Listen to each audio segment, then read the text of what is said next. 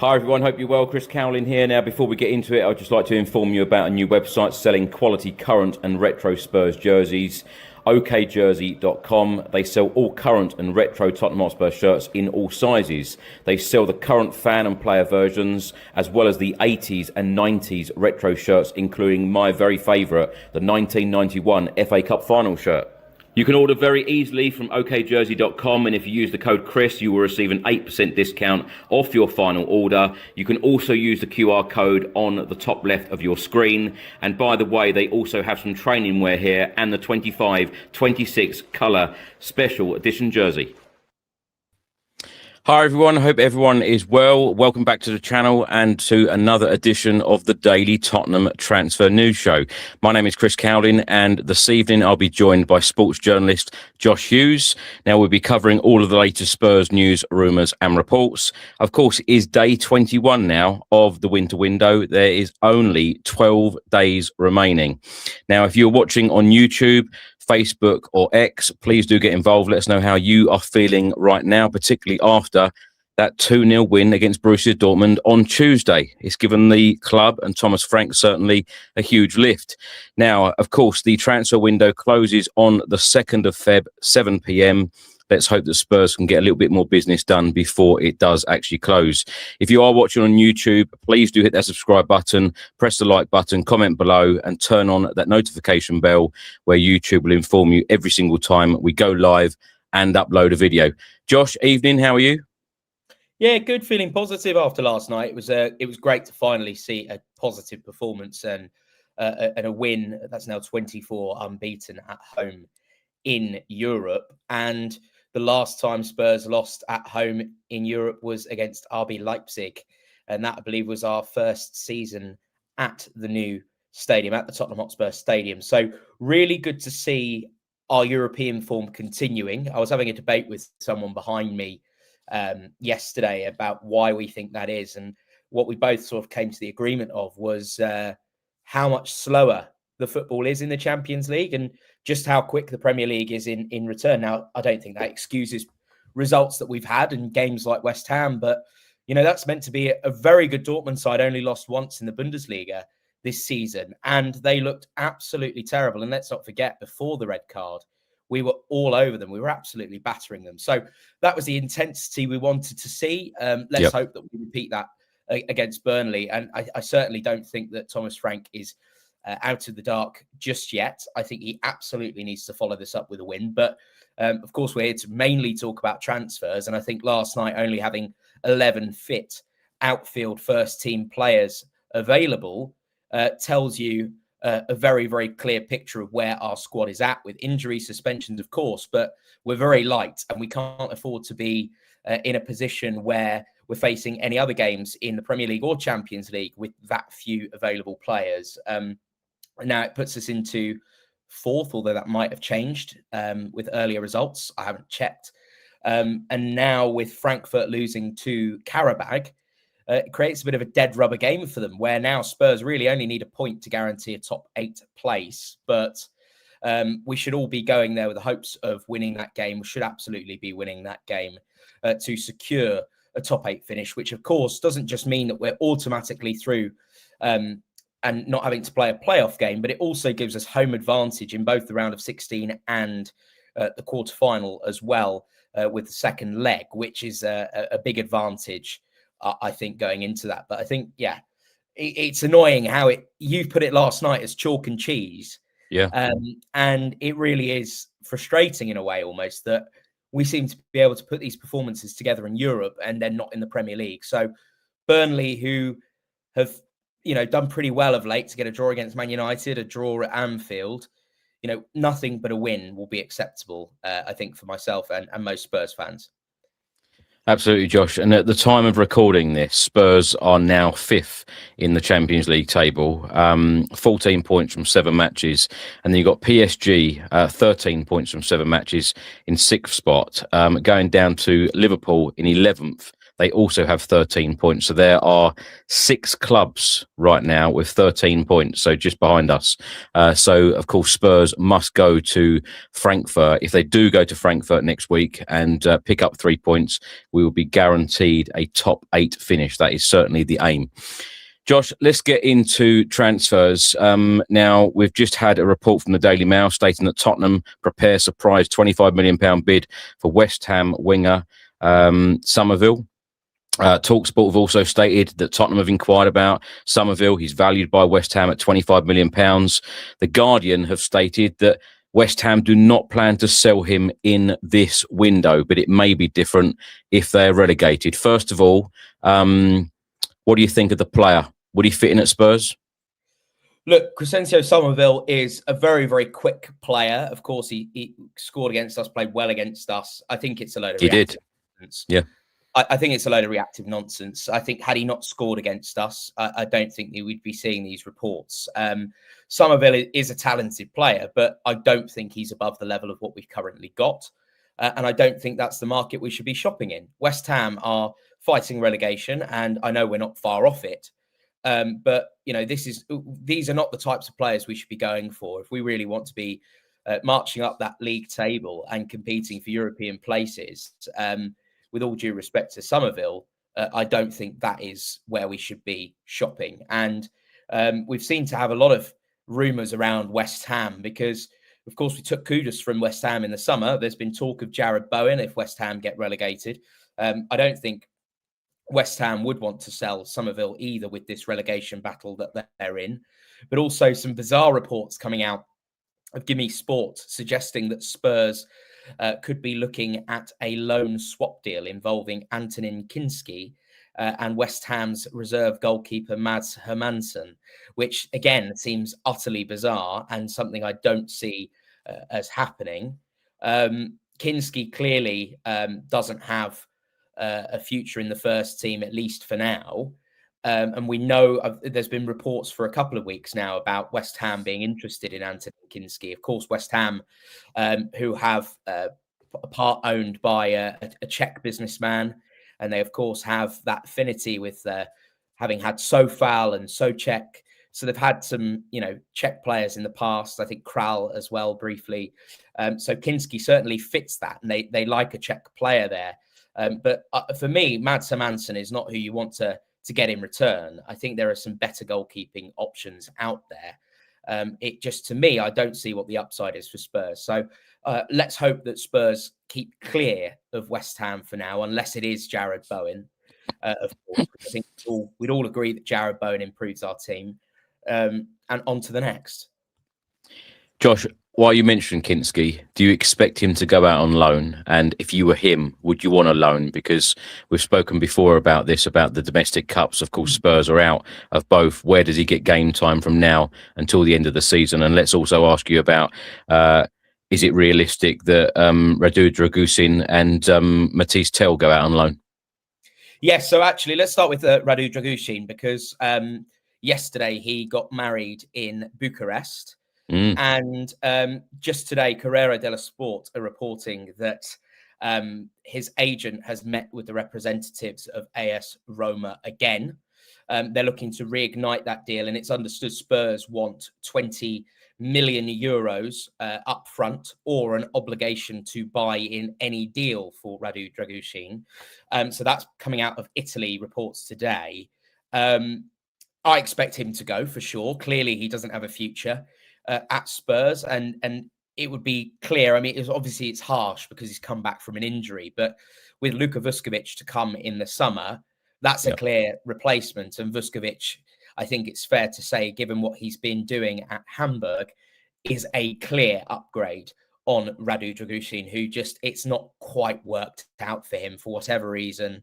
And of course, I think most Spurs fans, would be fine with him departing, and certainly happy to see his mouthy agent disappear. He always seems to have a comment about something or other when the player, for whatever reason, doesn't seem to be able to back it up on the pitch. But something I just want to say, not transfer related, but massive shout out to Kevin Danso for his performance yesterday. I thought he was absolutely superb. I thought he was so disciplined. His passing was good. He was winning those 50-50s.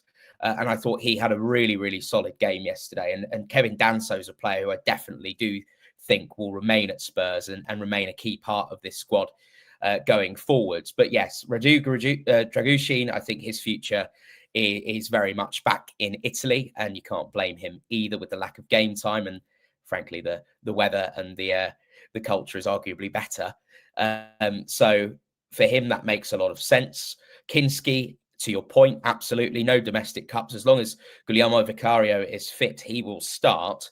I think Vicario's future definitely is another one that is worth watching, but probably more for the summer. Now, again, he had some very shaky moments at times last night, as he does most games. And I think it's fair to say that these Inter Milan rumours don't seem to go away. They definitely want him, and they are definitely in for him this summer. For Spurs now, I think the market's not quite right to get that first team goalkeeper. Marc-Andre ter Stegen at Barcelona is one that might become available, so that's one to watch out for. But I was saying to the people around me at the game last night, the difference between Gregor Kobel and Vicario is crazy in terms of that real presence. And there was a few moments where Kobel took the ball under pressure in those aerial situations. I thought that's exactly what Spurs need. So he would be the ideal goalkeeper I would go for is Kobel, a very, very good goalkeeper at Borussia Dortmund. But for now, I think Vicario stays, Kinsky goes on loan, and we wait to see what happens in the summer. And let's not forget, it's not, we lose Kinsky, it's not the end of the world, because we do have Brandon Austin. And Brandon Austin, although rarely called upon, when he has, I don't think he's had a bad game when he has played for us in those few appearances that he did have. So should it come to that? Okay. And then, of course, you get the sort of, maybe Spurs need an experienced goalkeeper in there. And I wouldn't rule out a late move for an experienced goalkeeper if an opportunity becomes available. But right now, it doesn't seem like there's anything happening. But yeah, I do expect Kinsky to go out on loan. And then the third player, remind me who you said, Mathis Tel. Yeah, so Tel, he's making a lot of noise at the moment. His camp are clearly unhappy. He's clearly unhappy. I don't think this is a load of sort of media circus, as Thomas Frank would like to call it. I would say there is definitely some truth to this, sort of compounded by the decision to leave him out of the squad in favour of Dom Solanke, which at the time I didn't understand it, but that's because I didn't realise that it was either a choice between Tel or Solanke. And I think Solanke, as rubbish as that goal was last night, he had a good game and he did get on the score sheet. Delighted for him, of course. Yeah. And when Dom Solanke's fit, there's no question that he starts as our striker. So for Tel being played at left wing, which apparently he's not happy with, and the prospect of moving back to France and wanting to try and chase a World Cup spot, although I think that's quite unlikely, I can see a move being sanctioned, especially if Spurs do move for a left winger this window, which I fully expect us to do. I do expect us to move for another forward player this window, but I think I do not understand why we need to get a player out the door first, but especially now with Solanke there, Kolo Muani, who we'll speak about, no doubt, Richarlison, Kudus to come back in April. I think Odebear as well, let's not forget what a game he had last night. Brilliant performance from him, 2 assists. Odebear is streets above Mathis Tel, in my opinion, and although I think Tel, has, and look, there's a comment here saying Tel has ambition, cannot fault him for that. And I think absolutely, I agree. And Tel is a player whose attitude, on the pitch, I can't fault. And he has put together some better performances, but it's not been good enough for long enough. And I think if he is going to want out of the club, I don't think it will help the camp to have him stay, especially when I think we need to go up a level. And maybe, Tel can have a really good loan and then come back fit and firing, and we get the player that we all want to see. We've got to remember how young he actually is and that he's nowhere near the levels he can reach. Josh, let's move on to Kolo Muani, because the Daily Mail have reported today he wants to play more and he may explore a new loan. What have you made of his time at Spurs whilst on loan? Sorry, say that again. Kolo Muani. Oh my God. Right. So he was just crap last night, wasn't he? He was absolutely terrible. He just seemed to not want to chase anything. He, of course, had that 1v1. He had to go round the keeper. You would have thought he would have learned from the World Cup final with that chance against Emi Martinez by doing something different last night. Clearly not. Look, let's not, all jokes aside, there clearly is a good player there. But I just don't see him fitting the Premier League. There's not enough that we've seen. There's been a couple of glimpses of really good play from Kolo Muani, and kind of what summed him up was he had a brilliant run on the ball and then ended up sort of running into the defender's back, falling over, and that was that. And I think that kind of sums up his time at Spurs, unfortunately, which is clearly there is a very talented player there with great technical ability, but he just does not seem to fit the bill in the Premier League. And last night, when he does get his opportunities, he's not really taking them. And that's, a player like Kolo Muani, who has been in that France squad and was, quite hyped, and especially had a very good loan, a goal every other game at Juventus. It was 8 in 16 at Juve last season.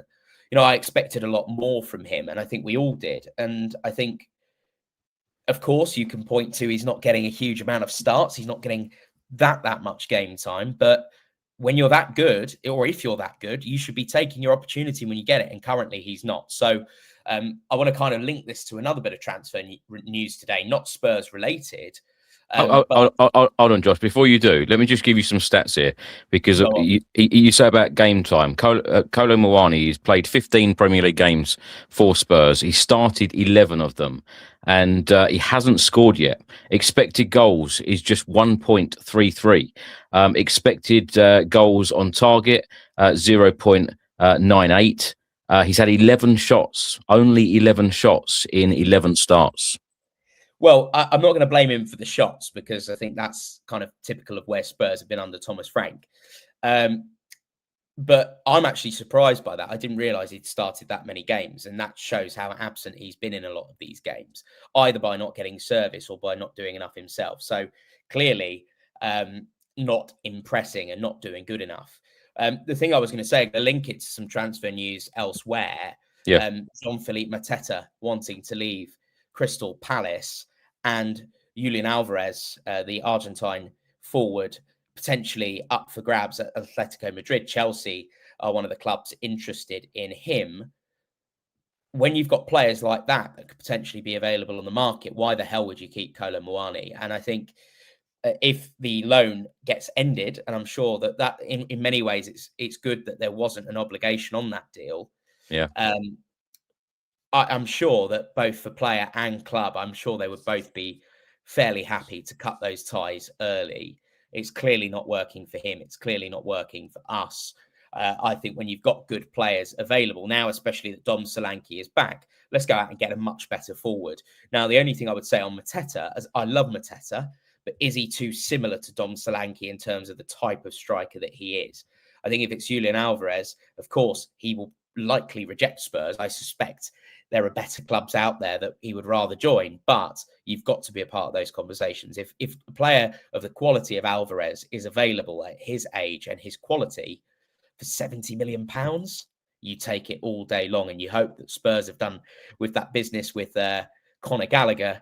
You would like to think that relations are open and good between the two clubs. Hopefully we can get our name into the mix for that one.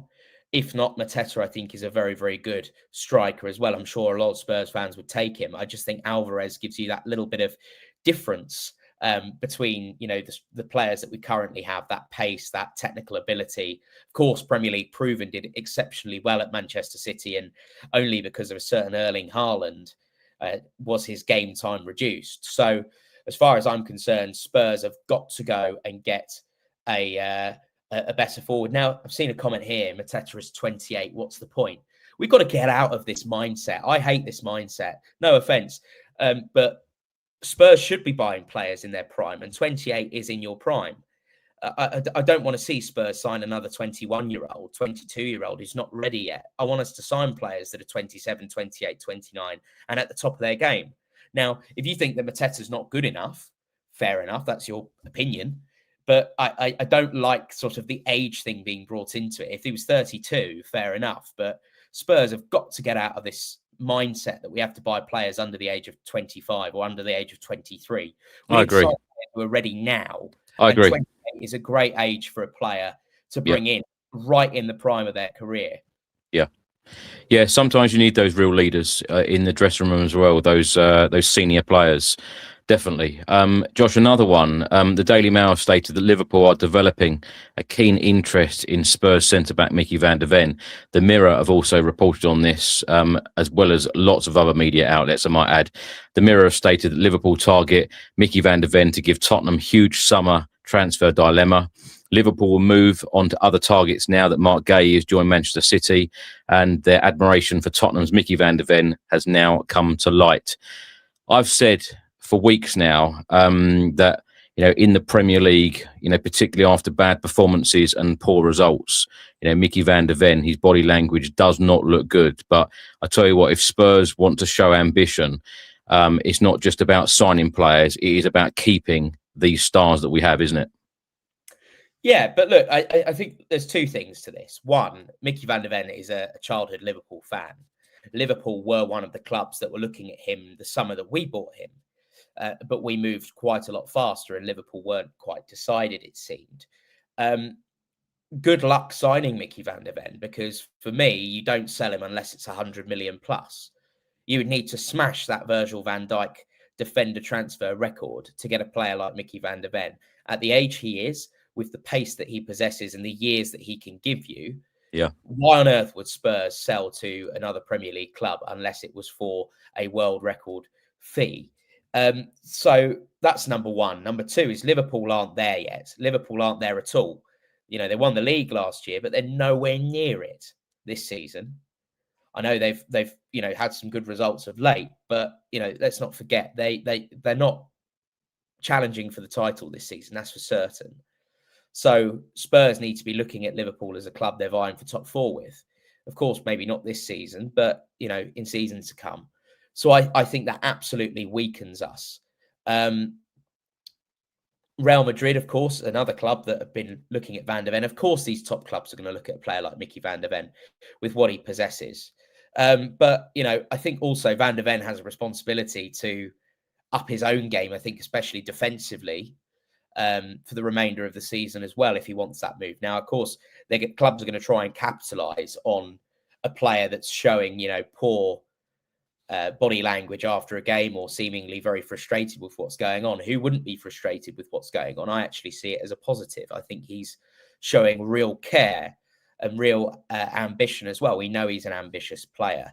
But for Spurs, absolutely, we need to be tying him down to a new deal and we need to be retaining him. But I also think he is not, I think sometimes as Spurs fans, we pick on a few players, as scapegoats. We also pick on a few players where they can do no wrong. And I think Mickey van der Ven has been, sloppy at times defensively this season. And because it's Van der Ven, we never like to say he does anything wrong. But, I think he's a player that I'm expecting to have a much better second half of the season. Of course, he's been good with the goals. But defensively, he's not been perfect. He's been part of a very, very poor defence in terms of goals conceded and in terms of, not winning football matches. So, of course, the interest is natural. But I think let's cross that bridge when we come to it in the summer. He's certainly not going to be moving now. And Spurs should certainly not even entertain a conversation about Mickey van der Ven unless 100 million plus is put on the transfer fee. Josh, before we come on to the last subject, of course, the manager, Thomas Frank, anything else that you want to talk about? Any other transfer rumours you've heard of? Yeah, so we obviously discussed a few there. And Kalulu, the player from Juventus, and I cannot remember his name for the life of me. In fact, I will be able to tell you now. Kalulu, Pierre Kalulu. There you go. 25-year-old French defender, very quick as well. Part of a slightly resurgent Juventus team this season. They've started to pick up form since Spalletti has come in. A player being linked with the club. Now, I don't really see anything concrete in this. I think it's just paper talk at this moment in time. Of course, Spurs do need to be looking at defensive options. But right now, I think the question is, you lose Radu Dragucin. What do you do then? Do you bring another defender in now as sort of fourth choice? You've got rid of Kota Kai, and Radu's going to likely go too. Vuskovic, of course, is not going to come back until the summer. So are we still a little bit light, especially with the Ben Davies injury? I would suspect so. So I think Spurs probably will move for a defender this window, a left-sided defender, cover for Mickey van der Ven. And Kalulu is exactly that. But I just wonder if Kalulu is going to leave Juventus right now to become a second choice at Spurs. Mm. Kalulu can play sort of both sides of the defence. I think he even started his career as a right back. But Villa and Man United also interested as well, apparently, according to reports. And this is a player that started 6 Champions League games for them this season and, does possess a lot of quality. So, look, if the rumours are true about Kalulu, I think there's a lot to look forward to. But I do think that Spurs need a good left-sided centre-back, naturally left-sided centre-back. So I think it's one to watch. That's paper talk at the moment. But, I think we're definitely going to be active in that regard with the Ben Davies injury, which is, so heartbreaking for him because, of course, this is a World Cup year and likely was going to be his final season for Spurs.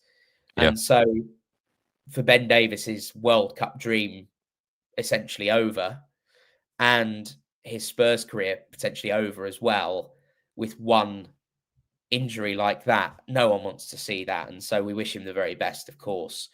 Seeing some comments. Where is Sousa? Where is Sousa? Who knows what is going on there? It's very, very bizarre. Now, of course, there's, we're looking at, work permits and these types of things, but you do wonder why it's not quite been announced just yet, unless they've announced it while we've been on the podcast. It does seem a little bit bizarre. It hasn't been announced, Josh. It hasn't been announced. But Football.London a couple of days ago said, look, because of where he's coming from, there is a lot more paperwork involved. We know that he was at the West Ham game, the home defeat at the Tottenham Hotspur Stadium, the weekend. We know he was there. We know that he went into the dressing room to meet his new teammates, Thomas Frank, etc.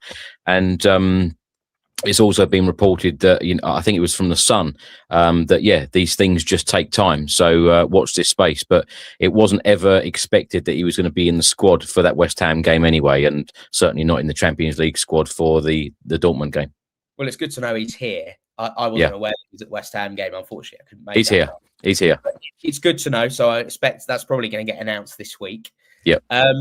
But yes, do we need a new left winger? A lot of people talk about left wingers. Of course we do. But my word, who knew that Jed Spence could play left wing? It was unbelievable last night. It was really, really good. I actually think if you put players like Jed Spence or Mickey van der Ven, I think they could actually play anywhere on the pitch. Yeah. Yeah, it's crazy to think.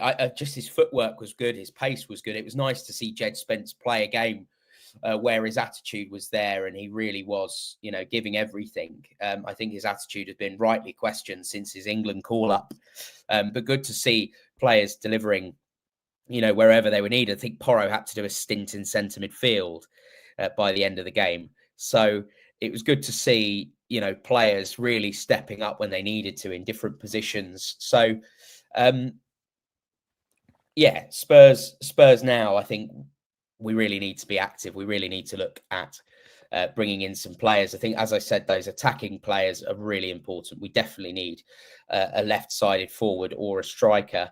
I think any questions about Odebear's future would likely be over now because I know that, certain fans are not necessarily too convinced by Odebear. I'm not sure how you can't be convinced by a player of his age after putting a performance like that together. And I think in many games, he's looked very bright. Yeah. He's got a massive ceiling. So I'm really excited to see what happens to him. One more player I think it's worth us talking about is Curtis Jones. Curtis Jones and Liverpool Echo reporting that Spurs are interested in him. They're saying £20 million, which to me seems utterly bizarre for a player that has been called up to the England side. I can't for the life of me understand why £20 million would be the figure. It seems very, very low there. But now with this new injury to Bergvall, we've obviously got Bentancur injured as well. We don't know when Sarr's going to be back to full fitness. I know he had an illness which kept him out of the AFCON final. Potentially a space for another midfielder opening up. But, you know, Curtis Jones definitely, again, improves our squad. He's in good form at the moment. But, you know, is that our priority right now? Is that really our priority? Look, I think we certainly need to not have positions where we're so light and we're ending up having to, you know, play other players makeshift. But, you know, I just hope that as a result of these injuries that we've been picking up, that doesn't take the attention away from positions that we desperately do need to fill, which is that left wing position. And for me, you know, you bring in a player like Curtis Jones, I take that, but then that certainly spells the end for at least two midfielders, you would think, in the summer, or the likes of Basuma and Bentancur, perhaps. Maybe even Sarr with the lack of game time Sarr's been having under Thomas Frank. Well, if Thomas Frank is there. Yeah, this comment here, 20 million for Jones. Does his contract run out in a week? That can't be right, can it? That's exactly what I thought when I read the report. But Jurgen Klopp is a massive fan of Curtis Jones and has been full of praise speaking about him since leaving Liverpool and what a season he's having. And another comment saying Oscar Bob. Oscar Bob's a good player as well, but again, quite young, quite unproven. He's not quite done it enough yet. I think he's shown real glimpses when he's played for City. Of course, he had another terrible injury. He's just come back from that. But again, I think Spurs need ready-made players now. We need ready-made players now. And for me, I'll just close with saying this, you know, Curtis Jones, definitely a good signing, definitely an improvement, definitely gets into our starting 11. But, you know, should we sign a player like that, maybe a left-sided defender, someone like a Kalulu? Is that a good window? Well, no. If it doesn't fix our attacking problems, it's not a good window. And hopefully we'll get a resolution to Mathis Tel and Kolo Muani as well. I think if Tel wants out, we shouldn't stand in his way. We should allow him to go out on loan, and that should really force us to go out and buy a top player now. We just really, really, really need some top quality in those attacking positions. We cannot afford to be light like we are. And the injury to Bergvall is yet further confirmation of how thin our squad really is. Comments calling calling Basuma Balloon Boy. Yes. Although, surprisingly, our best performer, I thought, against West Ham. I agree. What do you make of that? Yeah, bizarre. I think a lot of people thought that he would never ever play in a Spurs shirt again. And of course, back in the squad, I was very surprised when I saw him walk in the stadium. Thomas Frank has obviously made up with him. And I think the club obviously want to put him in the shop window as well for this month, Josh. So if we don't offload him in this January transfer window, then of course it will be in the summer. I fully expect him to go out the door. Also, another player that could be out is Lucas Bergvall, who went off injured in the game against Dortmund, and he is being assessed at the moment. So I've no doubt that Thomas Frank will give a full update in the press conference ahead of the Burnley game, which I think is on Thursday. Let's come on to Thomas Frank lastly in this episode, because, of course, Thomas Frank under severe amount of pressure from a lot of people right now. You speak to the Spurs fan base, and a lot of people want Thomas Frank gone out of the dugout. And Thomas Frank, after the game, he said, I think this is the 8th game in a row where we have done a lot of things right. He then went on to say, I think 2 glasses of red will be necessary tonight. I will enjoy it. Now, David Ornstein, of course, from The Athletic, great journalist, and he gave an update on Thomas Frank after the Dortmund game. He said there's a huge amount of goodwill behind Thomas Frank within the corridors of power at Tottenham, extending to the ownership and CEO Vinay Venkatesham, and they're the ones who will be making the decision on his future. It's an absolutely enormous result for him against Dortmund. Make no mistake about that. It was a much more positive atmosphere at the stadium. So let's not get away from the fact that he remains under huge pressure and scrutiny, and performances, results have fallen well below where Tottenham expect to be. Their fans certainly, but they're not planning for his exit at the moment. That is why we have reported there are no contingencies in place, even though naturally you'd be looking at coaches because they want to go forward with Thomas Frank. He is a thoroughly decent man who has deserved the level of, who hasn't deserved the level of abuse that has come his way, certainly on social media, but it is a results industry, and tonight was a step in the right direction. Josh, what do you make of those comments? Because I tell you what, last night, I was so pleased for Thomas Frank. I was standing just above the tunnel, and when Thomas Frank, that final whistle went, Thomas Frank and his coaching staff looked absolutely relieved that they had won the game. And I think that the only negative thing about last night is that we only scored 2 goals. It should have been more. And I think it was a top performance. Yes, you could say, and some people have said on social media and to me today, saying, yeah, but Dortmund weren't that great. I tell you what, we have won 4 out of 4 in the Champions League at home. You mentioned right at the very start of the show, 24 unbeaten games at the Tottenham Hotspur Stadium, haven't lost a European game since 2020, albeit under various different managers. But 4 wins out of 4 at home this season, 4 clean sheets, a really good performance. I don't think anyone expected it. You also coined my phrase of chalk and cheese. Go back to that performance against West Ham on Saturday. 3 days later, honestly, the difference on the final whistle of the West Ham game to the final whistle on Tuesday at Dortmund. Thomas Frank walking down the tunnel, high-fiving fans, looked absolutely relieved, as I said. The atmosphere was incredible. I heard that roar a couple of times at the Tottenham Hotspur Stadium, which gave me goosebumps. And that's how we should feel at home. We haven't felt like that for a very, very long time. But with that said, I went on the radio straight after the game and I said, look, you've got to give credit where credit is due.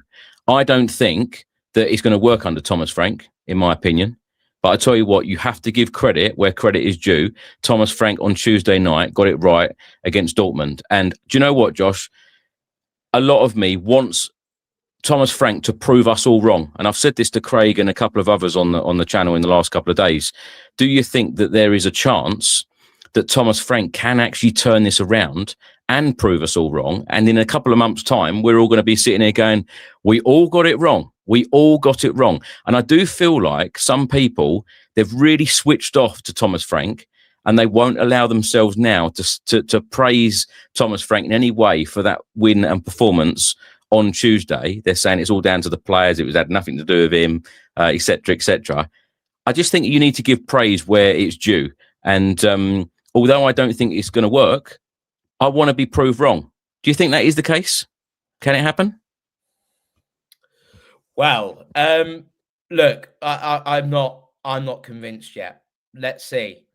We need to go and win at Burnley. This is the thing. It's so. I mean, I think it screams. I was explaining to. I watched the game last night with a Daily Mail journalist, and we were filming a video together at half time, and he was explaining to me. He was hearing people talk about Dr. Tottenham, and I was able to explain what Dr. Tottenham was to him yesterday, and this is the exact situation. It's this sort of Spurs have always been capable of getting results like this against top teams, and then either what precedes it or what comes afterwards, it is a absolutely diabolical performance against a team we should be beating.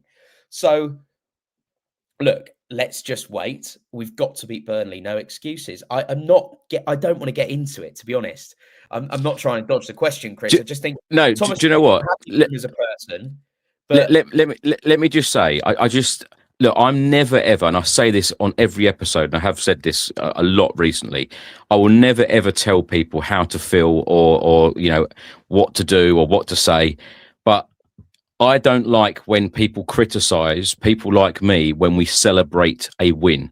I am a Tottenham Hotspur supporter, and there is never a time when I do not want my club to win. So when I celebrate that the club and the team win against a very good side in the Champions League, Nobody should ever be criticised. We are supporters. We should be supporting the team, right? So, we get the fact that, chairman, owners, managers, players, they all come to Tottenham and they're here for a limited time and then they go. Supporters like us are always here. We will be here for life. And we should never, ever be criticised, certainly by fellow supporters, about celebrating a win, because I do feel like there were a lot of supporters yesterday who were quite disappointed that we'd won because they wanted Thomas Frank to go out the door. I tell you what, don't ever criticise people for supporting and celebrating a win. Look, it's a load of nonsense, because the way things are going, winning the Champions League might be our only hope of getting back into Europe. I say that with a pinch of salt, of course. Look, the truth is this: I couldn't care less who our manager is, as long as we're winning football matches and as long as we're being entertained. Yeah, right. That's it. We pay our money. We go and watch Spurs. You follow them land and sea. I try and get to away games when I can. It's difficult. But at the end of the day, all that matters is Spurs winning football matches and us being entertained in the process. Yeah. And that's the whole point of sport. It's about winning. It's about entertainment. And on a human level, I'm actually really pleased for Thomas Frank, because he's had his back up against the wall. Am I convinced he's the man? No, I'm not. Would I have sacked him after West Ham? Yes, I would have. I'm not the one making the decision. So it's out of my hands. There's no point sort of crying about it, because it's out of our hands. It's out of our control. Now, Thomas Frank has not proven himself with that result. Got to go and put a consistent run of form together. If we lose to Burnley, I think he'll be out the door. Just one good result in a blue moon is not going to save a manager. We know it's a cutthroat business, and it's going to turn absolutely toxic at Turf Moor if things go badly, if we don't play well and we don't get a result. So, look, it's all well and good, but we got excited after the last time we won in the Champions League. We seem to only be able to win in the Champions League. And then in the Premier League, the form is incredibly different. So only Thomas Frank and those players can control what happens on the pitch. And they've got to show consistency, both players and manager. Yeah. And whether it's, Frank or anyone else, I could not care less as long as we win football matches. But there comes a point where, I think Thomas Frank has had enough blips now where anything but a win at Burnley will not be acceptable. Our league position is that diabolical. Our points total is that poor that we need results. We need 3 points week in, week out. And we're going into a very, very tough February period. We're going to have Newcastle at home. We're going to have Arsenal at home. We're going to have Manchester City as well. And I think Man United away. Yeah. We've got to get these results. And there's no excuse. So we can talk about Thomas Frank all we want till the cows come home. But at the end of the day, he has a responsibility to get the team playing well and to get the team winning football matches. And if we can play like we played against Dortmund, brilliant.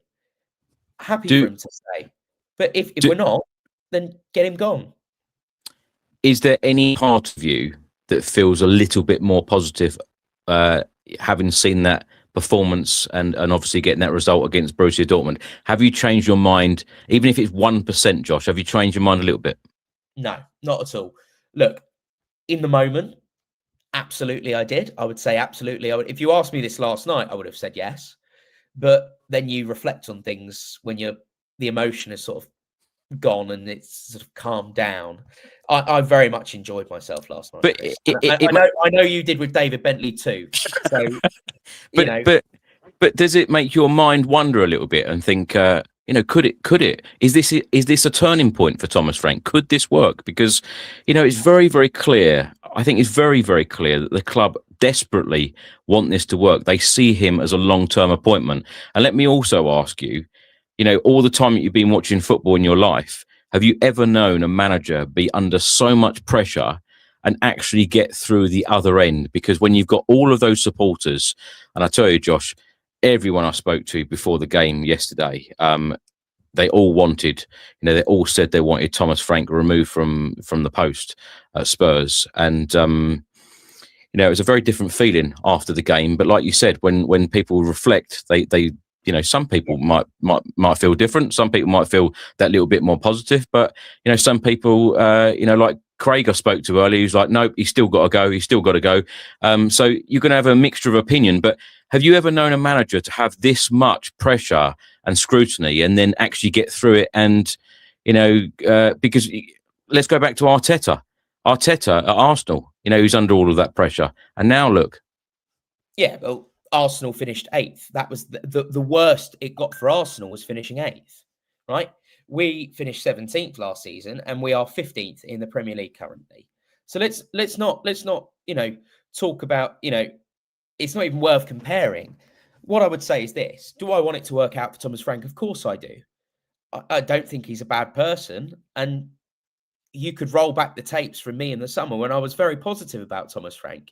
In fact, I very much wanted Thomas Frank, but he's proven with results. And look, there's a comment here that said, if we were, let's say, 3rd in the league and playing the same football, would you still want Frank out? No, I wouldn't, because it's a results business. And I can accept if the football, look, put it this way. I want to see entertaining football, absolutely. But would I rather be entertained and lose football matches, or would I rather not be entertained but win football matches? I'd probably take the latter right now, because that taste of glory that we had in Bilbao in the summer, I want many more nights like that. I want many, many more nights like that as a Spurs supporter.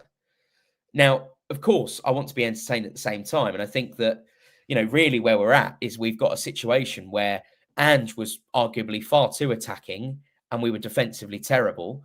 Thomas Frank is arguably far too defensive and we have nothing in attack. We probably need something in between. And last night was a great example of what it could be, but that's got to be consistent. I want it to work out for Thomas Frank, but if we don't win against Burnley, why should he stay? He shouldn't stay just because of that Dortmund game. When you add up all the other results, at the end of the day, it's a results-based business.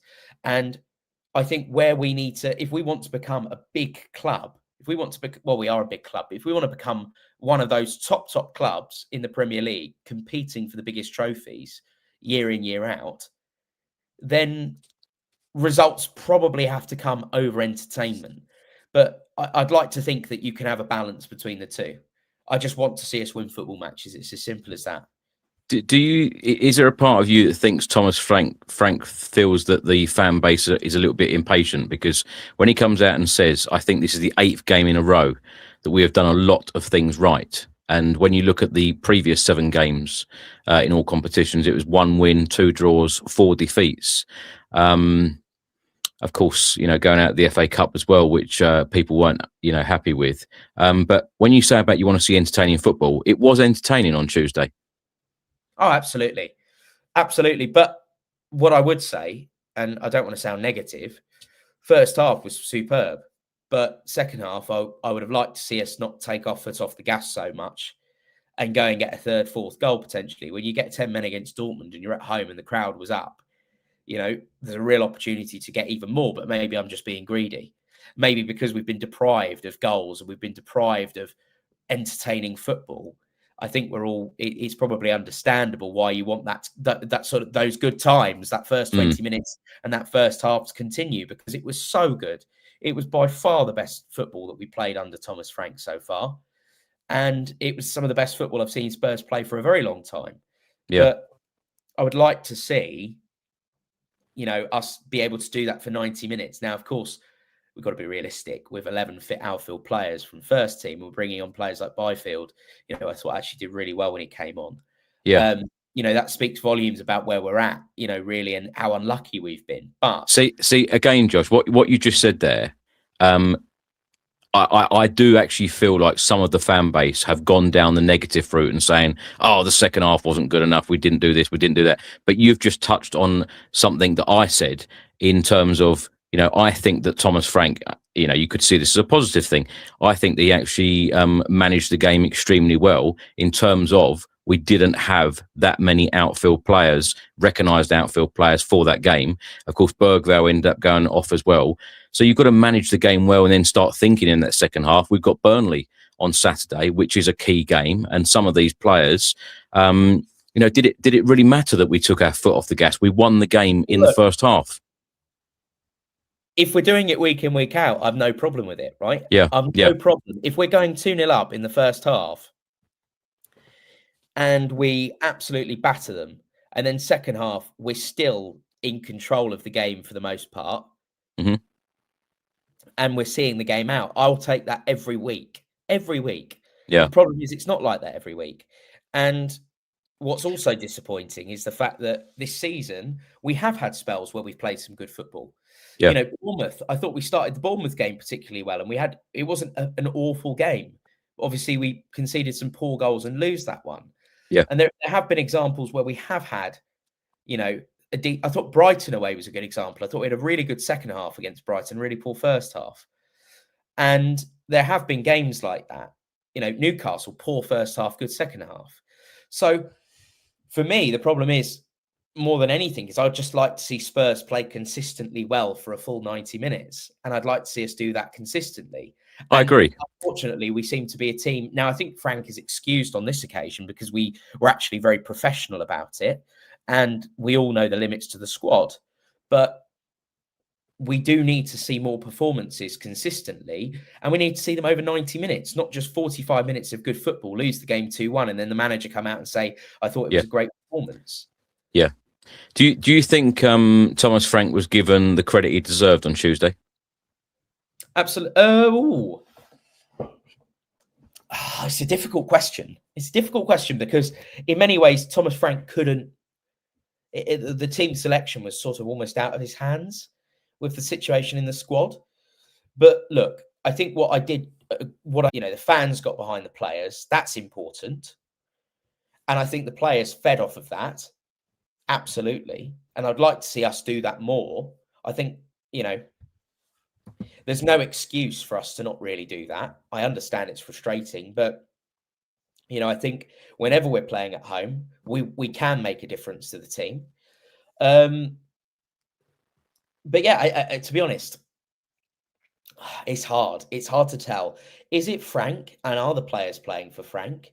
Or was it down to the players? Because, I think you've got to give a lot of credit to players like Byfield, who came on for the first time.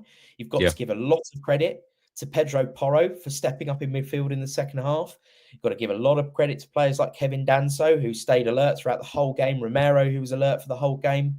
And Jed Spence, who was playing at left wing, but absolutely superb.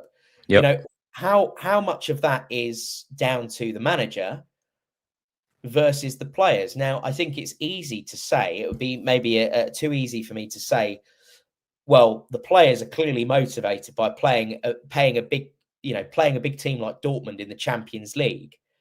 That's clearly more appetizing than playing Burnley away or West Ham at home in the Premier League.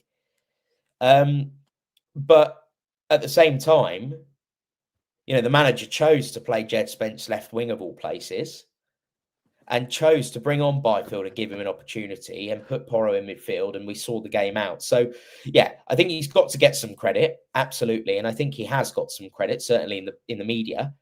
But I think actually, certainly from a media perspective, the take that we've got at the moment, which I think is a correct assessment, is he's eased some pressure for now, but he's not out of the woods yet.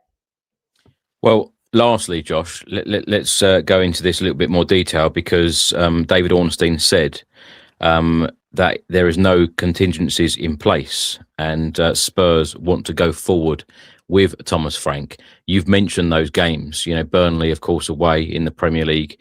Then we've got Frankfurt. And then, of course, we've got those 4 very tough games in the Premier League during Feb. 3 of which are at home, and we know our home record in the Premier League, particularly in 2025, has not been great. How do you see this panning out? Will Thomas Frank still be in charge a month from now? Well, I think it all depends what happens with this Burnley game. I think he's gone if we lose to Burnley. But if we win against Burnley, he will stay. In your mind, but I mean from the club, because the club clearly want this to work. So do the club pull the plug? But the market's poor. That's what's going on here. Is the market is poor. We know that this summer there is a very, very, very good market for managers. Thomas Tuchel becomes available. Who knows if Xabi Alonso will be still be available. Xavi Hernandez will likely be moving to a club then. So I think right now, Hertzler might be available. Glasner should be available. So there's going to be a situation where there are going to be a lot of very interesting managerial choices that we go for, and I think right now the question is: do you spoil the apple cart right now and take a risk? Of course, you can get an interim manager that works, like Sherwood did.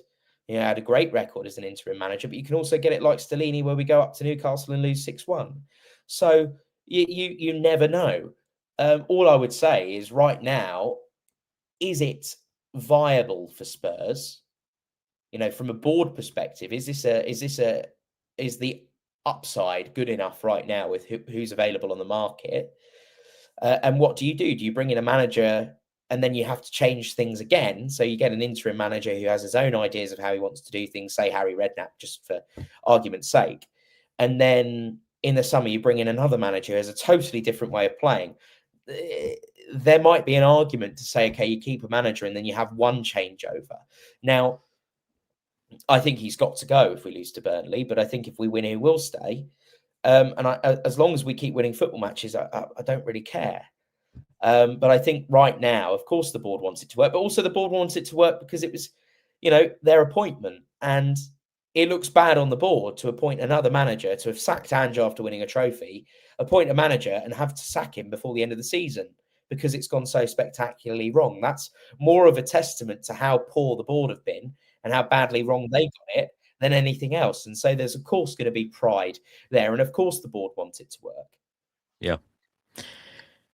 Josh, let me ask you very quickly about the Burnley game on Saturday. What are you expecting? Do you think the Spurs will go to Turf Moor, get the job done, and we see more entertaining football? I can't give you an answer. I don't know.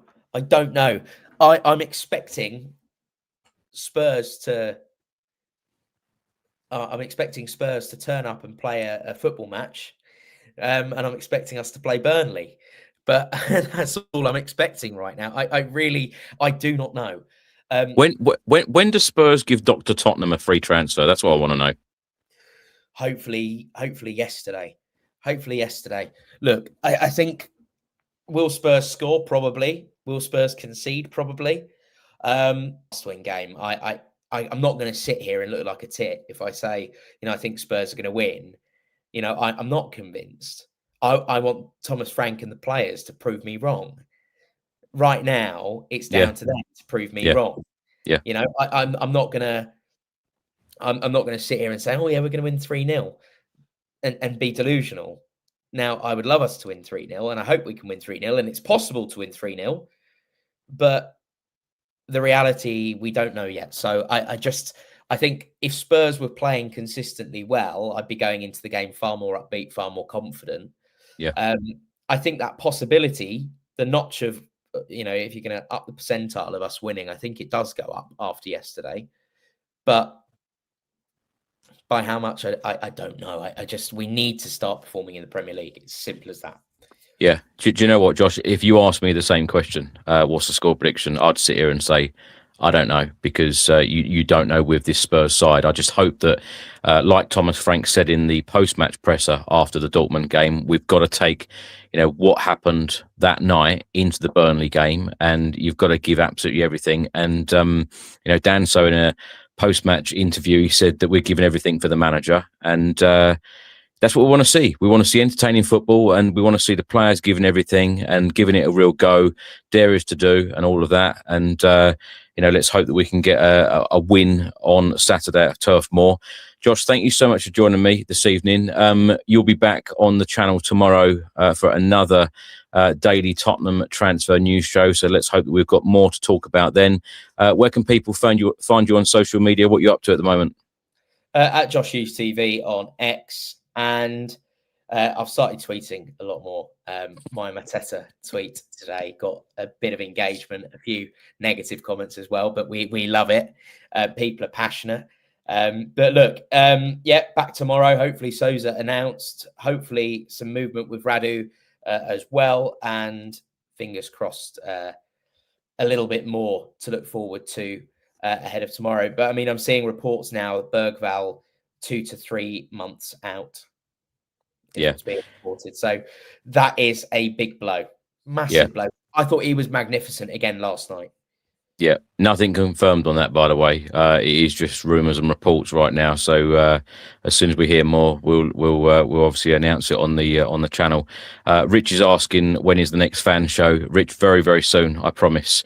I've been run off my feet today, working, been here, there, and everywhere. So apologies, no fan show today, but we may try and fit one in before the Burnley game, before Saturday. Josh, thanks so much. We will see you. And before we do go, I like I joked, I'd love to see Fabrizio Romano one day say, "Here we go, Dr. Tottenham has left the football club." Me too. Me too. Yeah, right. Thanks for watching, everyone. Thanks for listening, and we will see you again tomorrow. Remember that we are live every single day during this transfer window, and as I always say at the end of all of these shows, let's hope that Spurs can get a bit more business done to help the manager and drive the club up that Premier League table. Thank you so much, Josh. Thank you, and come on, you Spurs.